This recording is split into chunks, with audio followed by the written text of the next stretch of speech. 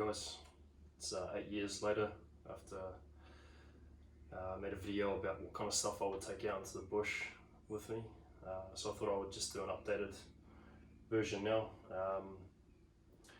Everything you see here, I wouldn't necessarily take it all out with me all the time. Take stuff in and out depending on where I'm going and what season it is and whatnot. Same thing with the pack as well. It's set up for summer at this stage, and we're coming into summer now, 2020. Yeah, so this is everything laid out here. So we'll start off over here in the corner. It's unpacked at the moment, but it's a survival bivvy. It's a breathable version. It comes in this stuff sack here. It's pretty lightweight, decent bit of kit. Pretty essential, I think, if you're going to be out in the wilderness on your own, even a couple of you hunting or whatever. Just if everything goes horribly wrong and you just need to climb inside that and keep warm, keeps the rain off. It's got a reflective surface that should reflect some body heat back in and yeah, keep you alive basically. So the difference between this and the other one here is that this is breathable, so it's made a bit more user friendly. This is smaller, packs down smaller, and it's lighter, but it's just plastic, so it's just going to reflect that body heat back in there. So I wouldn't take both of these out. I think probably depending on where I'm going, if I'm comfortable, I might just take one or the other. But those are two different options there anyway. So here we've got classic Chama. Just about everyone has one of these. It's so versatile and useful. I've got a few different colours. I couldn't find the others, but this is so good for keeping warm. Wrap it around your neck. It traps a lot of body heat in. You lose a lot of heat through around your head and out through your neck there. So really good in the winter, but in the summer as well. Can be used to protect you from the sun. Can wrap it around your head. Lots and lots of different uses for it. Filter water. Use it as a sling. And also, if you're getting overheating, you can just dunk it in the water and wrap it around your neck, and it should help to cool you down. So, excellent piece of equipment to have. This is some clothing here. I won't go into too much detail about this sort of stuff. I could do that in another video, but yeah, just in a dry bag typically, mostly wool kind of stuff, hard wearing clothing. This is yeah, bit of a scrim, kind of similar to a Chama. Again, can be used, a little bit of warmth out of it, but typically it's a camouflage kind of piece of equipment, and I'll take it from me in the summer because I can just again dunk that in the water, wrap it around my head if I'm overheating in the bush or something like that. So it's pretty good to have. Gloves. Now I've got a bunch that I've just piled up here. Obviously I wouldn't take these all out. A few different options depending on sort of what you want to achieve, I guess. I don't like to wear gloves too often. I like to, have that dexterity of just having no gloves on. So I've got obviously these fingerless ones here. So these are wool, preferably wool. If you're going to be working near a fire, if it's synthetic, it can just melt, So this is wool, so it will burn eventually, but it's not going to. If you get a hot ember on there, it's not going to melt it into plastic. So obviously fingerless, that's one option there. These are more tactical kind of gloves. They did come with like a plastic knuckle insert there for a bit of protection. Leather, and I think that's probably Nomex, which is probably fireproof there. So these are quite a nice fit actually. I don't mind wearing these, so I've got that option there. Another option is the mechanics gloves. Again, sort of a tactical combat kind of glove. Not that I do any of that stuff, but a little bit more heavy duty, I guess. If you're going to be, ripping through some pretty rough bush or chopping up bits of wood, just protection from your hands. Once you get a cut out in the bush, yeah, it's easy to get infected and it just gets annoying. So it's good to have some hand protection there. So that's that option. Again, this is another Nomex flight glove.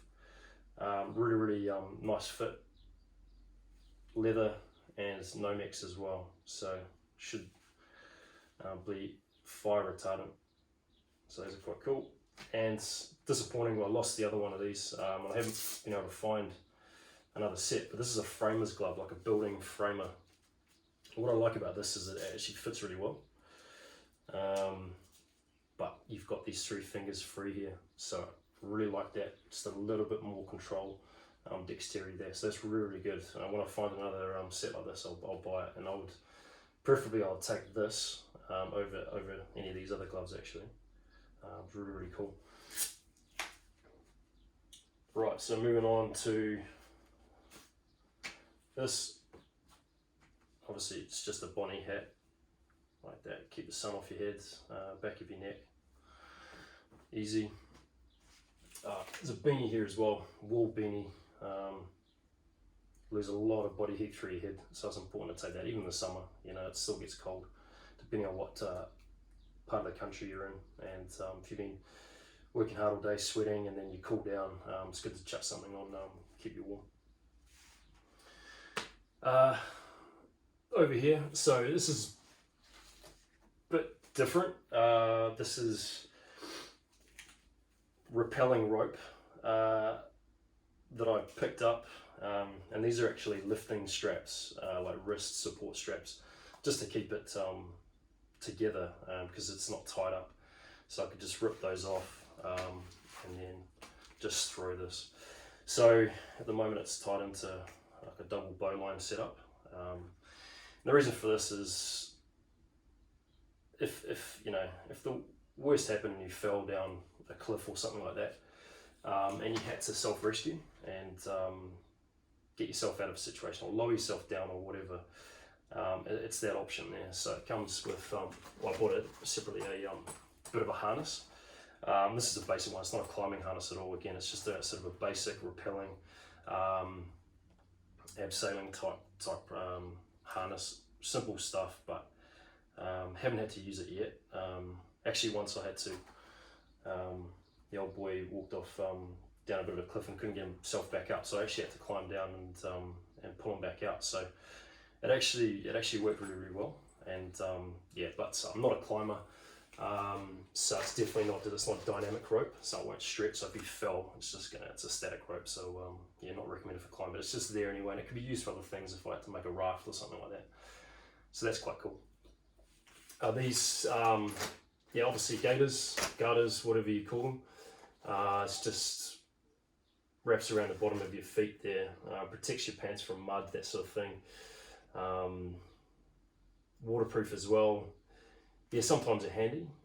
Sometimes they're just a bit annoying, but crunchy. But if it's in the winter and you're walking through mud and rain, that sort of thing, then when you get back to camp, you take these off and your bottom of your pants are clean, you know, and then you're not sort of traipsing that through your camp and your sleeping bag and that sort of thing if you're sitting down. So it's quite good to have. This is a 10-litre kitchen sink.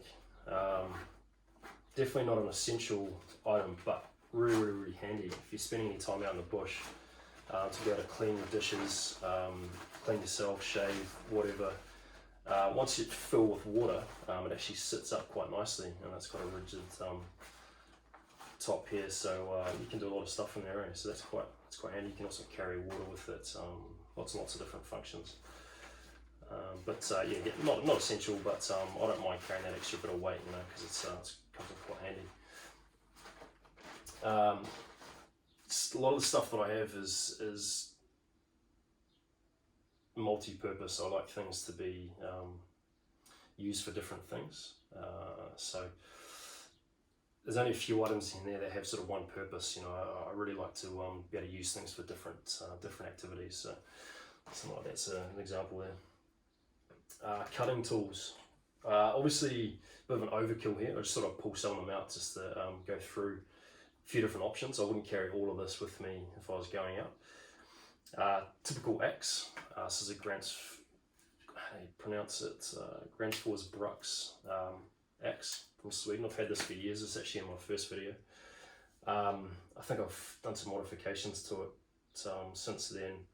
This is just like a tennis racket grip along here, just that when it's wet, it just gives it a bit more thickness in the handle as well. The thicker the handle, there's more control you have over it. Some strapping tape, and then just a little bit of cordage around there as well. I think I took a chunk out of here hitting something, but I could probably do with a bit of a tune-up.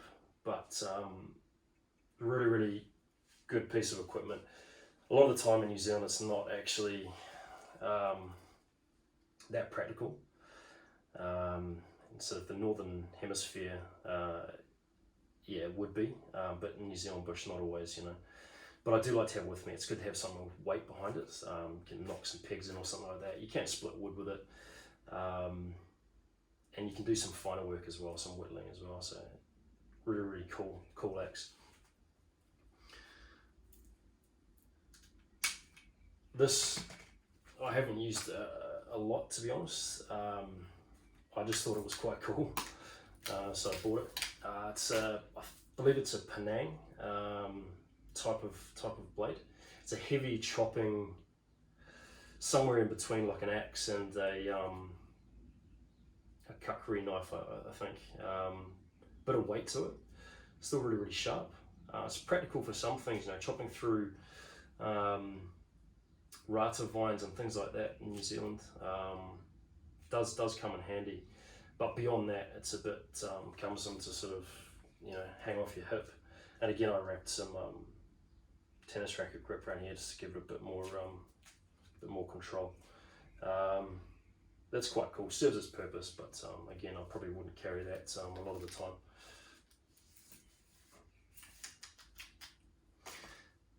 Now this thing, everyone's seen one of these, Barco Laplander. This has seen better days, but served me really, really well. I fell asleep next to a fire, I think, and sort of melted the button, but it still works. It's getting a bit blunt now, but out of these series things here, probably find that the saw is actually more practical for our climate, for our trees, for processing firewood and that sort of thing. This is actually something I'd use the most. May try and chop up a dead tree or do some splitting with this, but yeah, sawing stuff up, man, it's just really, really handy. So that's probably one of my favourite pieces of equipment now. We've got two different knives here. I've got another one in here as well, but this is a stainless steel knife. Full Novin F1.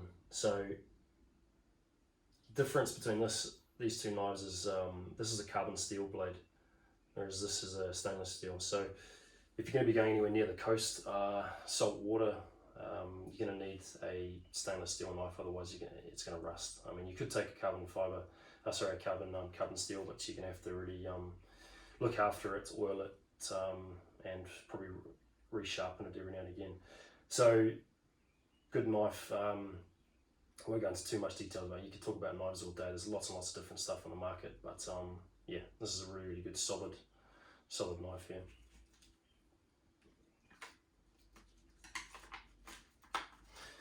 So this is had this for years, this knife.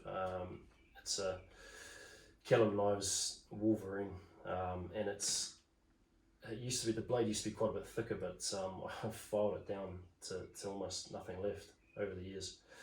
Really, really nice handle. Love this knife. Brilliant for bushcraft. Good control with it.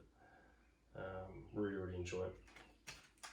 And this is the sheath, so it's just a typical leather sheath. Now I've added some stuff to it, and this is bike tie tube inner, sort of wrapped over itself, and in here I've got various stuff to make a fire. I've got a steel striker, some matches, that kind of stuff there, and then up here I've got a compass, whistle, and this is like a neck.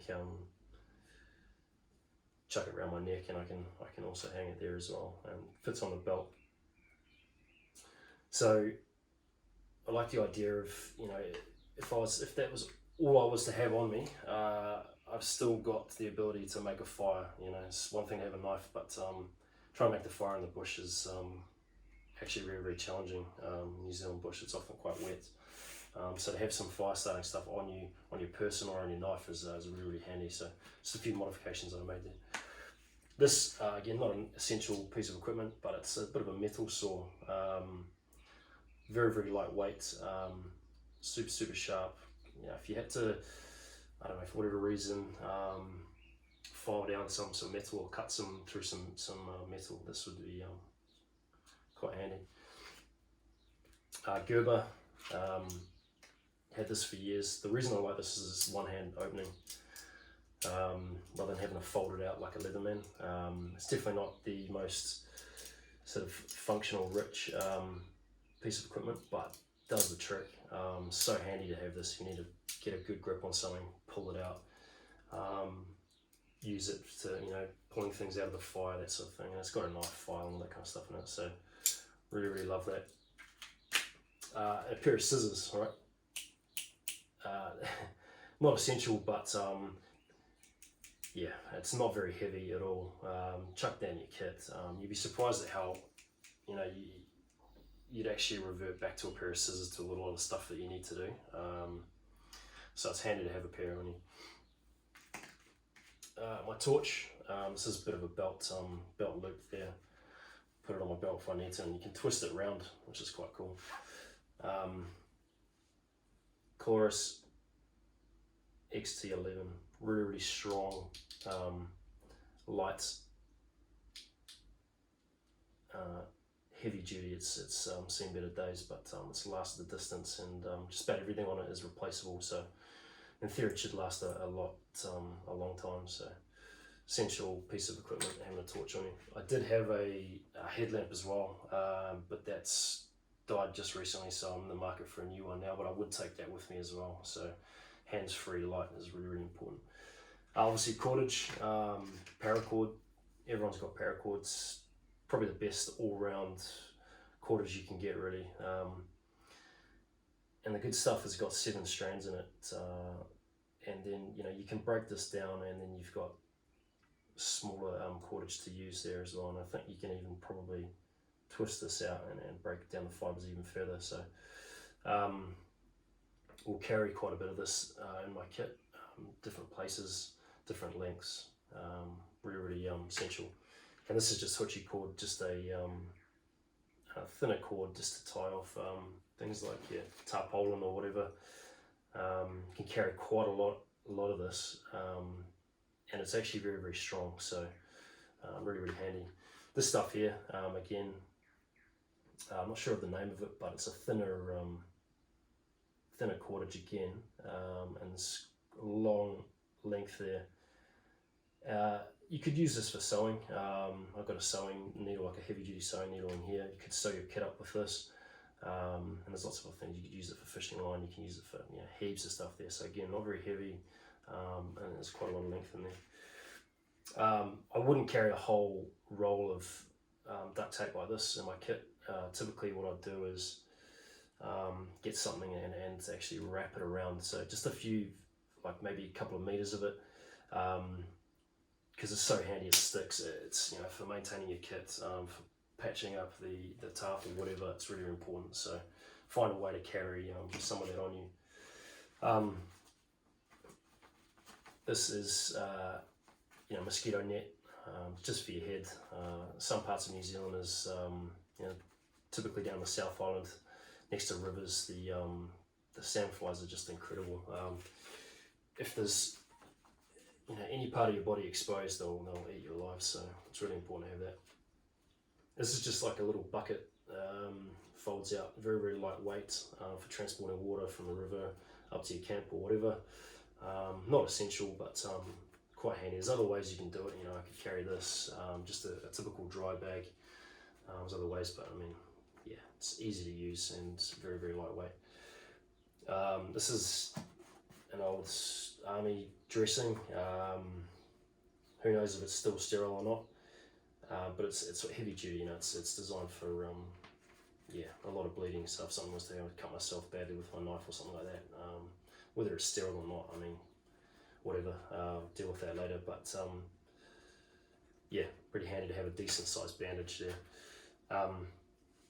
Bushman's insect repellent, again, mosquitoes, that sort of stuff, kind of not essential, but a bit of a comfort item.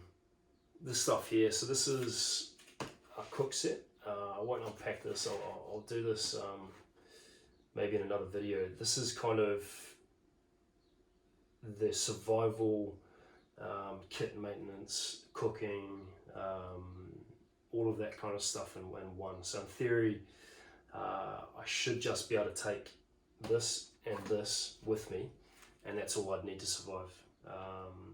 I like having it in a bag that I can just pull straight out of my pack, and everything that I'm about to use is there. You know, I sit down and halfway through a walk or whatever, I want to have something to eat, or maintain something, or you know, I've cut myself, whatever.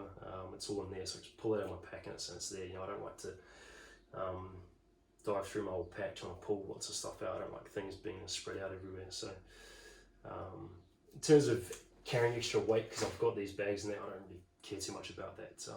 This is like a bum bag, goes around the back, and then this can be hooked onto your belt as well. So I'll go through that in another video. But this is just a Camelbak 1.5 litre water bottle, just plastic. I'd probably take that with me if I was going on a day hike or whatever.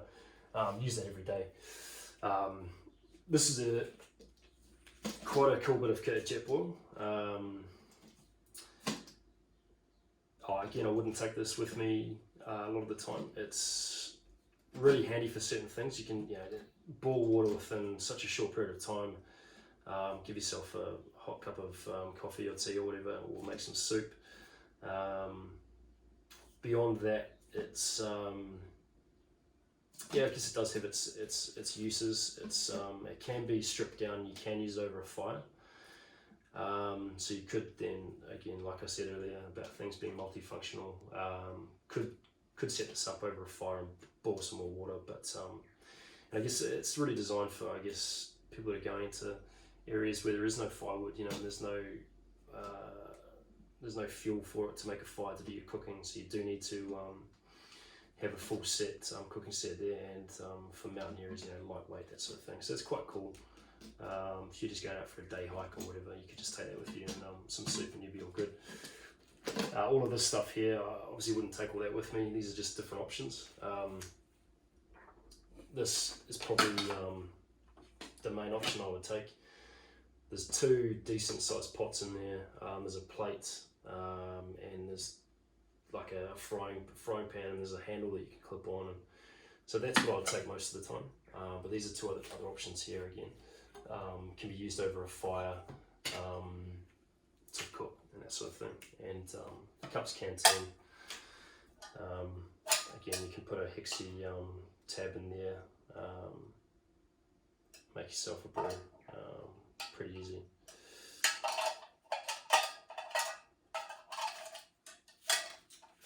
Over to this, obviously just a foam sleeping mat.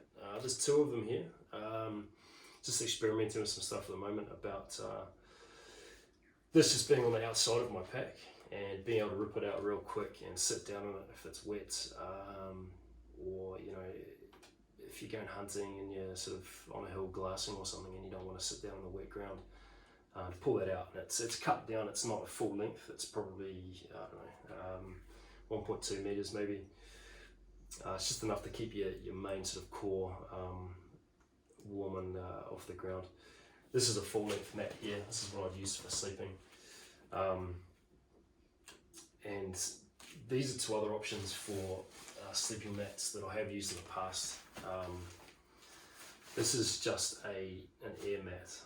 So it blows up about this thick, and it's just air. Okay in the summer, okay in some situations, but the first couple of times I used it in the winter and I was freezing. There was no insulation between me and the ground. So I quickly realised it's not going to suit for a lot of the time. So then I upgraded to this, which is a bit more heavy duty, designed for a bit more winter. And it's really comfortable and it's good. However, I mean, the size of it, you've got to blow it up and it's great. But you know, if it does get a puncture or something, it gets a rip. I mean, then it becomes redundant, and it's just this extra weight you've got to carry around. So I do, even the comfort-wise, this over the foam. But I mean, if you know what you're doing out in the bush, you can make yourself a pretty comfortable bed anyway. So I'll probably trade this in and out depending on where I'm going and what I'm doing. But for a long sort of journey, I would preferably take the foam mat. Just it's a bit more reliable. Hammock, 3x3 meter hammock. Not much to say about it really. There's quite a few tie points on it, which is really good. You can almost make a full tent out of it really. And very versatile. So you've got to have some sort of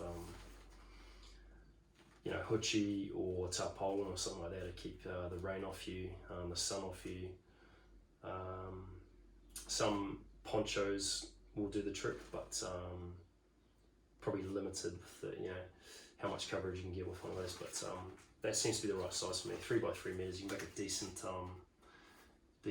camp setup there. So this is a sleeping bag inner. This is my sleeping bag here. It's in a stuff sack. This is inside the sleeping bag at the moment. Just protects it a bit more, adds a bit more warmth. When you sweat, you don't want to get any moisture in the down. That sort of stops the down from lofting, then stops its heat retention. So this isn't the original bag for it. This is the original bag that the sleeping bag came in, and I probably would put this back in here actually, because it does compress a bit smaller. This does not a very good job of keeping it compressed, even though it is a compression sack, which is pretty stupid, but handy. This is it. You've got this there, so you can squish it down, it blows the air out. What I'll typically do is, once I've set my camp up, is actually use this to carry water. I would fill this up with water, I'd hang it from a tree, and I can just pop that, fill my pots up or whatever. So my particular sleeping bag is not the warmest you can get, sort of midway. However, it's got a waterproof outer,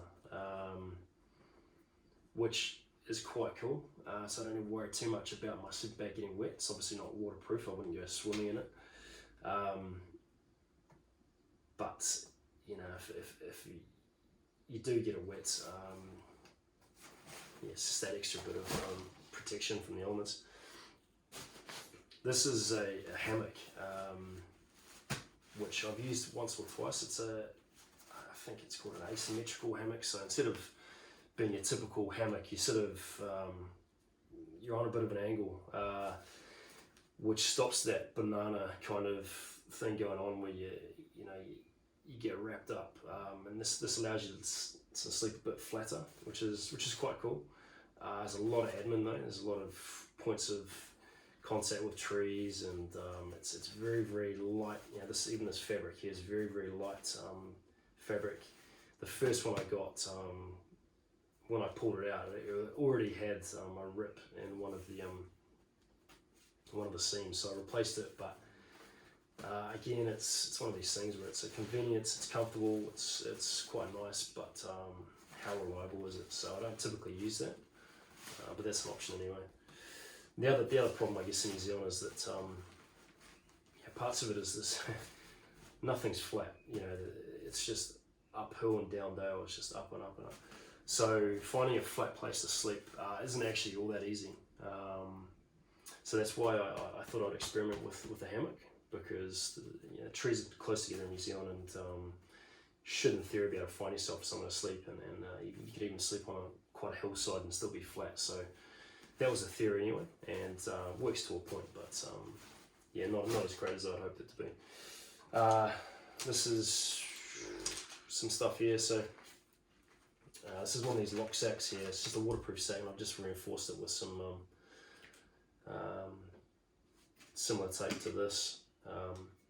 And you store anything in here from batteries or whatever you need.